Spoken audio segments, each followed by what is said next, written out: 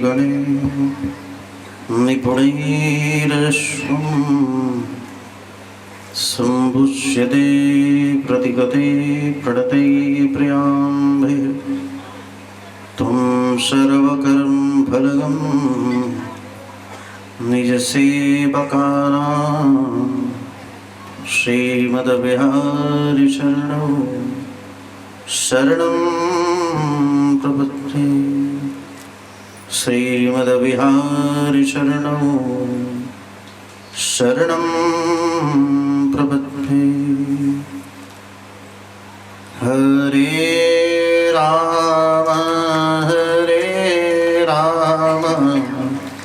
राम राम हरे हरे, हरे राम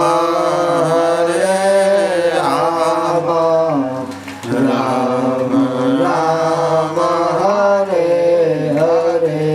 हरे कृष्ण कृष्ण कृष्ण हरे हरे,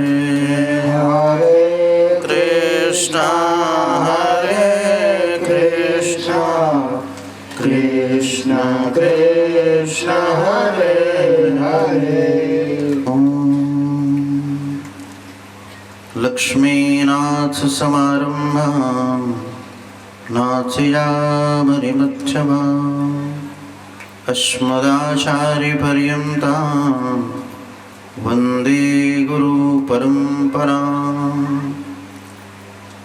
श्रीवत्सवंशकलशोदधिपूर्णचन्द्रं श्रीकृष्णसूरितनयं सुधियं सलीलं श्रीमत्सगद्गुरुदेव षड्लक्षधन्यं श्रीश्रीनिवासगुरुवर्यमाश्रयम्।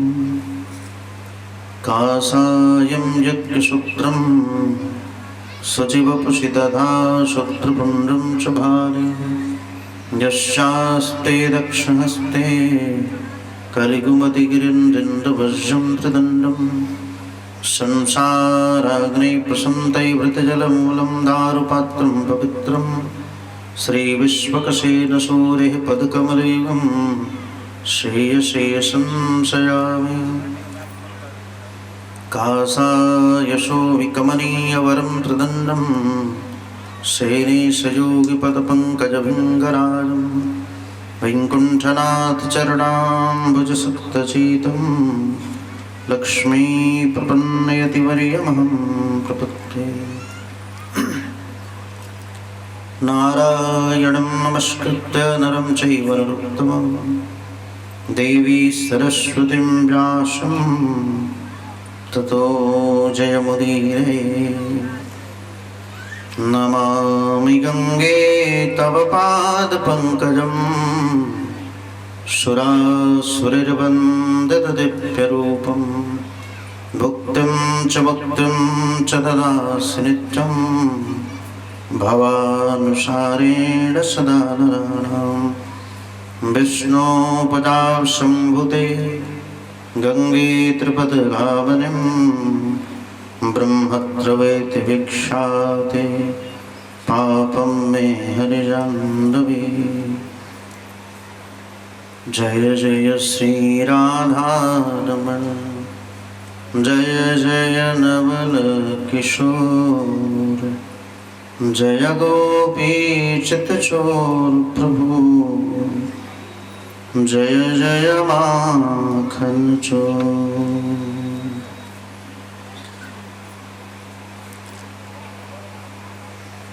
जय श्रीमन्नारायण। प्रातस्मय कारण करुणा प्रणाली सलक्ष्मी नारायण भगवान एवं श्री गुरुदेव कुगल चरणों में कोटिशः नमन। श्री हरि गुरु वैष्णव कृपा से हमारा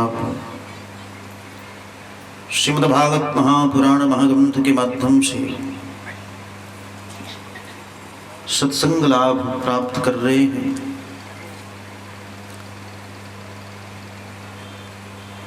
भगवान ने इसलिए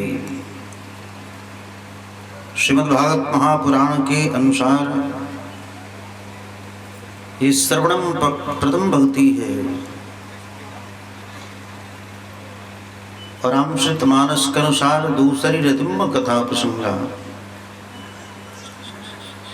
मानस में तुलसीदास जी महाराज कहते प्रथम भगति संत अनकर संगा, दूसरी रतिम कथा प्रसंगा।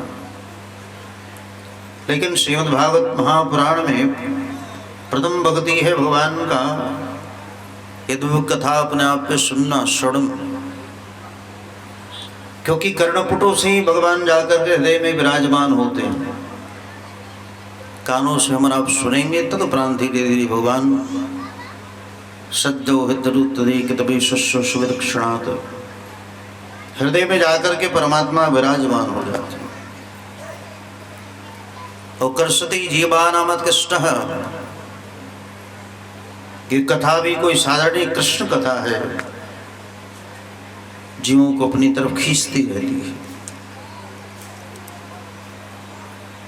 तस्में भगवान के अनेक भक्तों की कथा श्रीमद् भागवत महापुराण, जिनमें से प्रमुख अपने आप में ध्रुव जी महाराज का अद्भुत चरित्र, जिसका हमारा आपने कल श्रवण लाभ प्राप्त किया। अद्भुत चरित्र है। 5 साल की अपने आप में अवस्था और मात्र 5 महीने में भगवान की प्राप्ति हुई। 5 महीना दिव्य तप हुआ छोटी सी अवस्था में, और स्वयं भगवान आए हैं। भगवान के पार्षद आए, विमान में लेकर के चले गए। मृत्युदेव को स्वयं आकर के नीचे गिरना पड़ा। मृत्युदेव स्वयं अपने आप में सिर झुका करके पड़े रहे, और मृत्युदेव के अपने आप में मस्तक पर अपना चढ़ रख करके विमान पर बैठ करके भगवत धाम चले गए।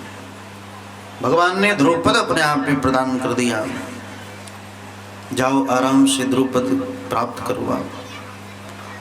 लेकिन ध्रुव जी महाराज के जाने के उपरांत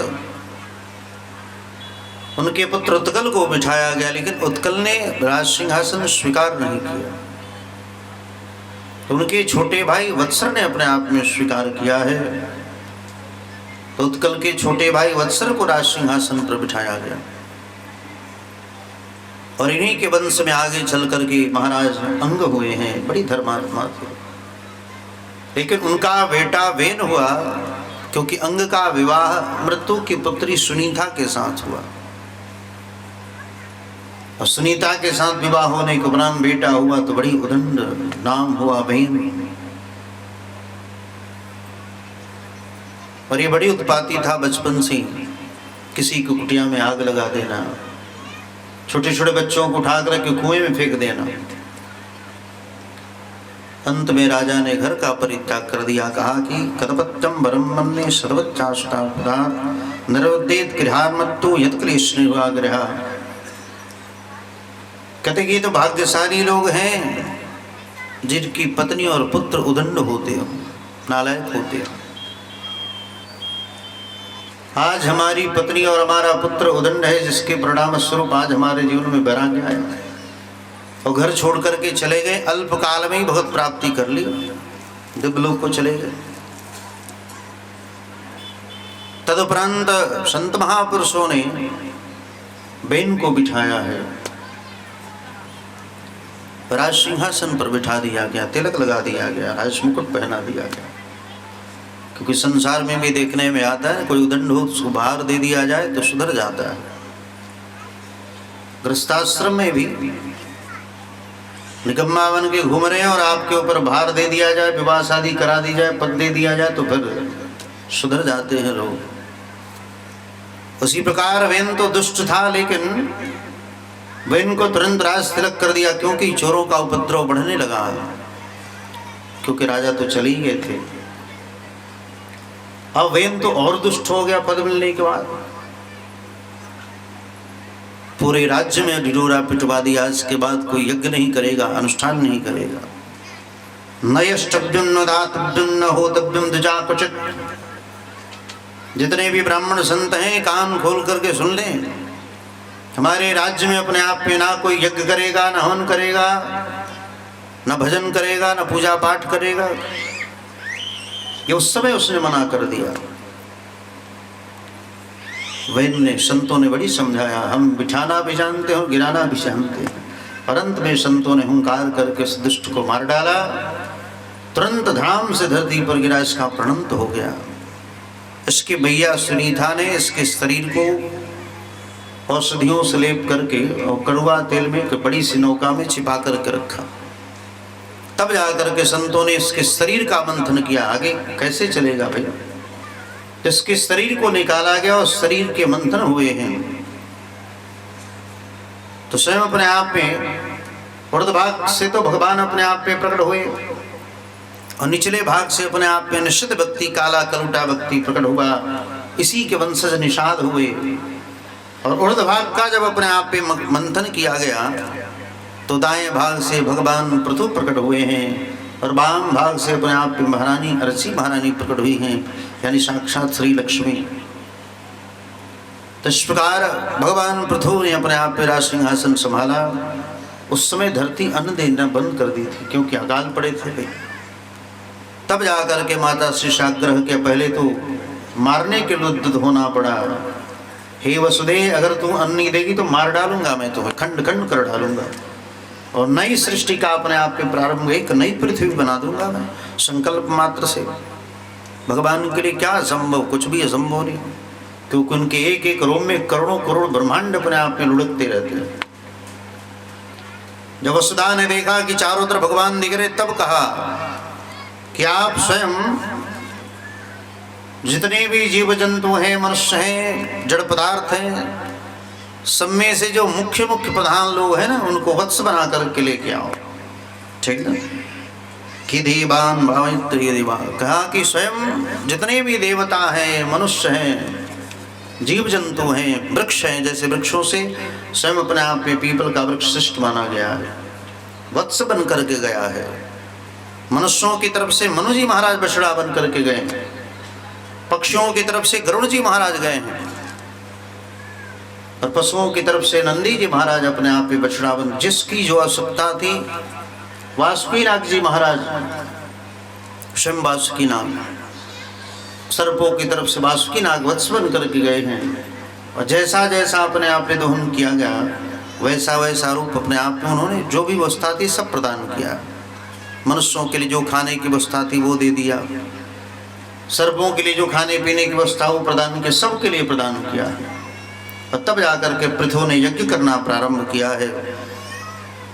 जब जब यज्ञ करते तो अपने आप में स्वयं इंद्र आकर के विघ्न डालता, इनका अश्व चुरा करके लेके इंद्र चला जाता, तो इनके बेटे अपने आप में विजिताश्व को लेकर के आते। अंत में एक दिन अघोरी का रूप धारण करके आया इंद्र। मारने के लिए जो ही उद्यत हुए, तब तक फिर अपने स्वरूप में आ गया इंद्र। इसके बाद फिर एक बार इंद्र ने ब्राह्मण का रूप, साधु का रूप धारण करके वो आया और साधु का रूप धारण करके अपने हाथ लेके जा रहा था। उसी समय अपने आप पे फिर प्रताड़ित करने के लिए कहा कि आज तो छोड़ूंगा नहीं, दंड दूंगा तुम्हें, मार डालूंगा मैं तुम्हें। उसी समय भगवान ब्रह्मा प्रकट हुए हैं। ब्रह्मा ने कहा कि इंद्र भगवान की विभूति है, इसको छोड़ दिया जाए। तो विजिताश्विन का नाम पड़ा, पृथ्वी जी महाराज के पुत्र का नाम विजिताश्व। जीत जीत करके अश्व लेके आते ना, इसलिए इनका नाम विजिताश्व पड़ गया। तब जाकर के इन्होंने यज्ञ अनुष्ठान बंद कर दिया, क्योंकि 99 यज्ञ हो चुके थे। ब्रह्मा ने कहा जितना धर्म का प्रचार अपने आप में करना था वो तो हुआ, और आप तो स्वयं ब्रह्म है, परमात्मा है, आपको यज्ञ करने की क्या आवश्यकता भाई? और जितना हो अधिक से अधिक आपने यज्ञ कर दिया, अब अधिक करने की आवश्यकता नहीं। ब्रह्मा ने आकर के समझाया, तब जाकर के इंद्र को क्षमा की है भगवान ने। तो ऐसे जब जब अपने आप में इन्होंने यज्ञ किया, तब तक बेचारा इंद्र आकर के व्यक्त करता। और इस प्रकार ब्रह्मा ने आकर के अपने आप में समझा दिया। पृथु भगवान अपने आप में मान गए कि चलो कोई बात नहीं। कि भगवान अपि वैकुंठ शाखम यद्दता विभु यज्ञ यज्ञपतिष्ठस्तो यज्ञभुक् तम भाषतः। और उसी समय अपने आप में अंतिम यज्ञ था, 99वां यज्ञ। जैसे हमारे बलि जी महाराज भी 99वां यज्ञ विश्वजीत यज्ञ कर रहे थे, तब भगवान अपने आप में वामन का साक्षात्कार हुआ। भगवान वामन बन करके आए। सोचो, भोभी मैया ने अपने आप में 55 व्रत किया भगवान की प्राप्ति के लिए, तब जाकर के भगवान वामन बन के आए। इसलिए भगवान के भक्तों को प्रकट करने के लिए या फिर भगवान को प्रकट करने के लिए वैसा व्रत करना पड़ेगा, तब जाकर के हमारा आपकी बुद्धि सात्विक हो सकती है। सात्विक संग होना चाहिए, सात्विक अपने आप में आहार होना चाहिए, परम सात्विक आहार ले। सात्विक तब जाकर के बुद्धि, नहीं तो बुद्धि तो आज की बिगड़ी नहीं, अनंत कालों से बिगड़ी हुई है हमारा। 84 लाख योनियों से हमारा आप खाते पीते सोते नहाते ही आ रहे हैं, तो आज भी प्रवृत्ति हमारा आपकी तो उसी में बनी हुई है भाई, मनुष्य बनने के बाद भी। इसलिए थोड़ा मनुष्य जीवन में थोड़ा व्रत आदि बना दिए गए कि थोड़ा एक दिन व्रत कर लिया करो। मनुष्यों के लिए भी एकादशी व्रत है, अपने आप में शिवरात्रि है, ये सब कर लेना चाहिए। अब तो नवरात्रि चल रहा है, खूब 9 दिन अपने आप में खूब आनंद से रहें। और सनातन धर्मावलंबी नवरात्र खूब प्रेम से लोग करते हैं, ठीक ना। 9 दिन अंडा मुर्गी कुछ नहीं खाएंगे सब बंद। और 9 दिन बाद कहते महाराज जी वो रहा नहीं जाता है। तो ऐसे 9 दिन नवरात्र करने से क्या फायदा बताओ। इसलिए एक बार परित्याग कर दे, अखाद्य न खावे अपेय न पिए, ठीक है ना। ये नहीं कि बस 9 दिन तक मना है, भगवान का तो स्वयं आदेश है, दयायाम सर्वभूतेषु। और पढ़े लिखे लोग बुद्धिमान लोग कहते हैं कि अरे अंडा और आलू में नो डिफरेंट, कोई अंतर ही नहीं, बता उसी अंडे से अपने आप पे जीव प्रकट होता है, बता। और ऐसे बुद्धिमान लोग हैं ना कि आलू से तुलना करते हैं, इसमें कोई अंतर नहीं, उसी से तो फिर जीव जंतु प्रकट होते हैं। इसी बक्सर में कश्यप ऋषि की 13 पत्नियां थी, और 13 पत्नी में अपने आप में कद्रु और विनीता, इन दोनों ने जब कश्यप से आग्रह किया कि हे कश्यप जी महाराज हमें पुत्र चाहिए, तो सृष्टि की अद्भुत विडंबना कि स्त्रियों के भी अपने आप में अंडे हो गए। सोचो, बेटा बेटी नहीं हुए, अंडे हो गए। कद्रु के हजारों अंडे हो गए और विनीता के 2 अंडे हुए, ठीक है। और 500 वर्षों तक उन अंडों को गर्म स्थान पर रखा गया, उनकी सेवा हुई। और 500 वर्ष के उपरांत जब अंडे फूटे तो कद्रु के काले काले नाग प्रकट हो गए, ठीक है। अब विनीता के अंडे फूटे नहीं, तो इसने सोचा कि बताओ कद्रु के फूट गए, हमारे अंडे फूटे नहीं, तो उसने उतावला बस अंडे को अपने आप में फोड़ने का प्रयास किया। और जो ही अंडा फूटा, अभी तो आधा शरीर बना था, पंगु हुए श्री अरुण जी महाराज। तो विनीता के पुत्र अरुण जी महाराज हुए, और अरुण ने शाप दिया है, जा मैं तुम्हें शाप देता हूं मैया, तू अपने घर में ही 500 वर्षों तक दासी बन के रहेगी। और वही कद्रु की दासी बनकर के विनीता 500 वर्षों तक रही। सोचो, 1-2 वर्ष ही, 500 वर्षों तक। अरुण जी महाराज शाप दे करके अपने आप पे तुरंत चले गए। कहाँ? सूर्यमंडल के सारथी, सूर्य नारायण के सारथी हैं वो। जो प्रातः काल लालिमा दिखाई देती है ना, कोई दूसरे नहीं, हमारे बक्सर के अरुण जी महाराज हैं, जो सूर्य नारायण के अपने आप में सारथी हैं, ठीक है। तो हमारा आपका लिंक वहां तक पहुंचा हुआ है, बक्सर का। सोचो अरुण जी महाराज एकदम सूर्य नारायण के सारथी हैं। इस प्रकार, और दूसरा अंडा जब अपने आप में 500 वर्ष के बाद फूटा, तो वही अपने आप में गरुण जी महाराज हुए, भगवान गरुण साक्षात। क्योंकि भगवान को धारण करने वाला भगवान ही हो सकता है। गरुण जी सामर्थ्यवान है ना, अद्भुत सामर्थ्य है गरुण का। इनका नाम इसलिए गरुड़ रखा, वाल्मीकि ऋषियों ने इनका नाम गरुड़ रखा, भगवान नारायण ने भी नाम गरुड़ रखा। क्योंकि जब अपने आप में कद्रु, गरुड़ भगवान ने पूछा कि अरे मैया ये बता, मैं इतना सामर्थ्यवान पुत्र हूं, समर्थ के नहीं तो उसको साई, जो सामर्थ्यवान है कोई टेंशन नहीं। कहा कि मैं सामर्थ्यवान तुम्हारा पुत्र होने के परंतु घर में दासी बन के रहती, क्या कारण है बताओ? कुछ तो कारण होगा। तब जाकर के पूर्व के चरित्र को सुनाया है। कहा कि एक बार मैं और कद्रु, यानी विनीता और कद्रु, आकाश मार्ग में अपने आप में घूम रहे थे, तब तक उचस्रमा नामक घोड़ा दिखाई दिया। उचस्रमा नामक घोड़ा जिसका पूछ अपने आप में पूरा सफेद है, लेकिन संध्या का समय था, दूर से काला दिखाई दिया।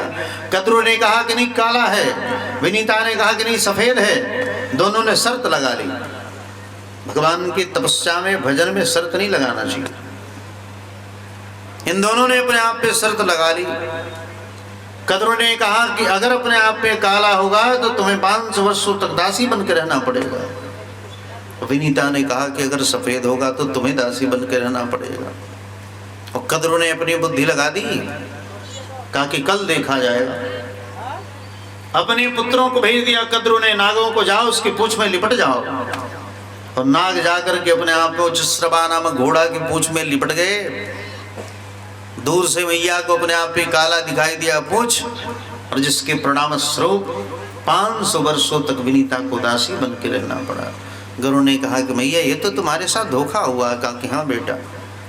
कहा कि चिंता मत कर, पूछ क्या कद्रू से, कद्रू मैया से पूछ क्या कैसे अपने आप में मुक्त होंगी। विनीता ने जाकर के कद्रू से पूछा कैसे मुक्ति मिलेगी। कहा कि अगर अमृत लेकर के ले आकर के दे दो, अपने बच्चों को पिला दो, तब जाकर के मुक्ति मिलेगी। गुरु ने कहा कोई बड़ी बात नहीं, मैं तुरंत अमृत लेके आ रहा हूं। तब जाकर के इंद्रलोक में, स्वर्गलोक में अमृत पाया जाता, धरती पे तो मिलेगा नहीं। और स्वर्गलोक में अपने आप पे अमृत की व्यवस्था रखी गई थी, खूब सुंदर व्यवस्था थी। अमृत की सुरक्षा के लिए बड़ी अद्भुत व्यवस्था की गई थी। चारों तरफ देवताओं लोगों को खड़ा किया गया था। बीच में अग्नि की परोकाट, चारों तरफ अग्नि का अपने आप में घेरा था। उस अग्नि के ऊपर सुदर्शन चक्र का पहरा था, और सुदर्शन चक्र के नीचे एक दिव्य ऊंचे स्थान पर अमृत कलश रखा गया था। ध्यान से सुने, बक्सर की कथा है, ठीक। इतनी सिक्योरिटी व्यवस्था के साथ अपने आप में रखा गया था अमृत कलश, मध्य में ऊपर सुदर्शन चक्र का पहरा। गरुड़ जी महाराज जब वहां गए तो सारे जितने भी देवता थे ना, उसकी सुरक्षा में जितने देवता, सारे देवताओं से युद्ध किया, सबको पंचों से मार मार करके मूर्छित कर दिया है गरुड़ जी महाराज। अद्भुत पराक्रम है गरुड़ का। तो तदुपरांत अपने आप पे मुंह से पानी ले आकर के और फुकारी मारते ना उसी प्रकार अपने आप पे मुंह में पानी लेकर के मारा, तो जितनी अग्नि की परिकोटा बनी थी सारी अग्नि को गरुड़ ने शांत कर दिया। और उससे पहले गरुड़ जी महाराज जब जाने लगे आकाश मार्ग में, कश्यप ऋषि ने कहा कि अरे पुत्र, अगर तुम्हें भूख लगे तो तुम चले जाना अपने आप में। एक द्वीप, कोई द्वीप बताया, उस द्वीप पर चले जाना। द्वीप पर अपने आप में मलाह रहते हैं, लेकिन सब मलाहों को तुम खा जाना, क्योंकि मलाह बड़ी उदंड है, सबको खा जाना, लेकिन संत और ब्राह्मण को मत खाना। कहा कि महाराज कैसे पहचानूंगा पिताश्री संत ब्राह्मण, अगर खा लूंगा तो कैसे पहचानूंगा कि संत और ब्राह्मण है। कहा कि जो ही तुम्हारी गर्दन के पास जाएंगे ना, जलना प्रारंभ हो जाएगा। अगर जलन होने लगे तो समझो कि वो ब्राह्मण है या साधु है।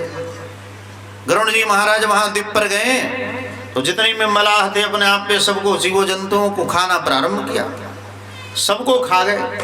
उसी में एक पतित ब्राह्मण था, उसने मलाह की कन्या से विवाह कर लिया था। वो उस पतित ब्राह्मण को अपने आप पे जब उन्होंने खाया, तब कहा कि हे ब्राह्मण देवता, आप बाहर निकल जाएं, ठीक ना, आप ब्राह्मण हैं, आप बाहर निकल जाएं, क्योंकि पिताश्री का आदेश है ब्राह्मण और संतों को मत खाना, आप बाहर निकल जा। बोला कि नहीं, वो इतनी पत्नी में आसक्त था, कहा कि हमारे मेहरारू के निकल तब निकलम, ठीक है, यानी हमारी पत्नी को भी निकालो तब निकलेंगे हम।